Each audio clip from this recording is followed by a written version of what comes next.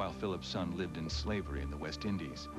The head was displayed in Plymouth, a reminder to the Indians about who was in charge, a reminder to the English that God continued to smile on their endeavor.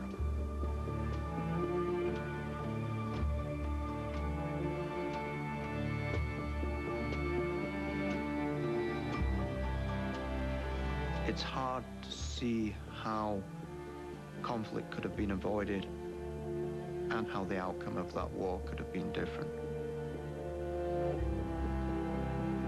Looking at the generation before this war, there is at least a moment where things were different.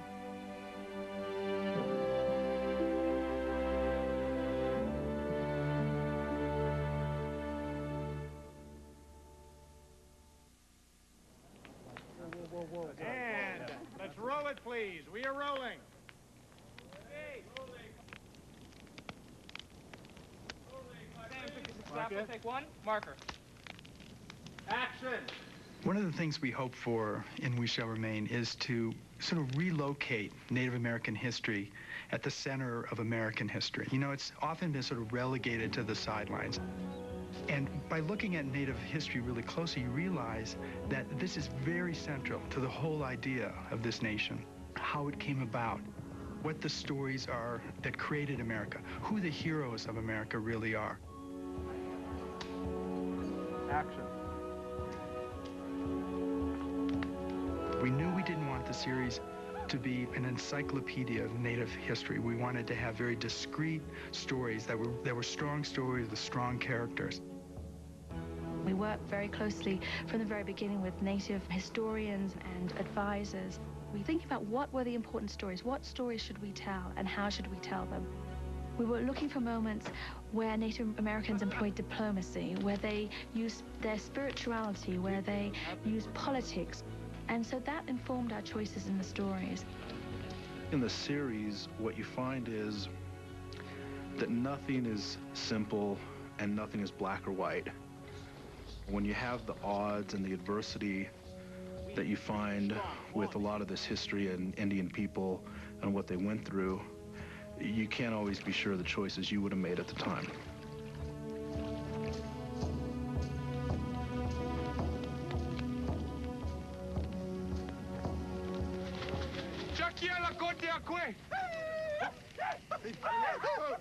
Listen, my people. The past speaks for itself. Where today are the Pequots? Where the Narragansett, the Powhatan, Okanoka, and many other once powerful tribes of our race? Tecumseh is without question one of the great American patriots. I mean, if we think of a patriot as someone who loves his or her country, certainly no one gave more of the last full measure of devotion to defending his homeland than Tecumseh. What he achieved was something which had never really been achieved before. He put together a pan-Native American coalition who answered the call, which was first a spiritual call, and then increasingly a cultural and a political and finally a military call. In 1809, Tecumseh set out with an entourage of warriors and interpreters on the first of a series of epic tours, determined to swell the ranks of the burgeoning Indian Confederacy any way he could. The annihilation of our race is at hand, unless we are united in one common cause against the common foe. This is a man, a self-proclaimed leader, a self-proclaimed chief, who stood up and said, hey, this is enough, and he took a stand. At the heart of this story of a kind of a last stand effort to hold on to the Native American homeland east of the Mississippi in the early 19th century is a remarkably intimate story of two Shawnee brothers, Tecumseh. The other, his troubled, vulnerable younger brother, Lalawethika, the Shawnee prophet, who one day woke up and had a tremendous vision of a revitalized Native American experience. Billy Morasti plays the prophet. Michael Grayes plays Tecumseh. They both do an amazing job in those roles.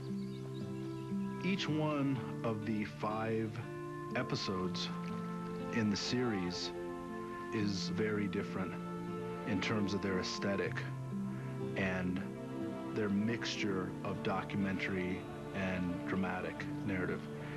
They're very different. If you see one of them, I don't think you can really say you've seen them all.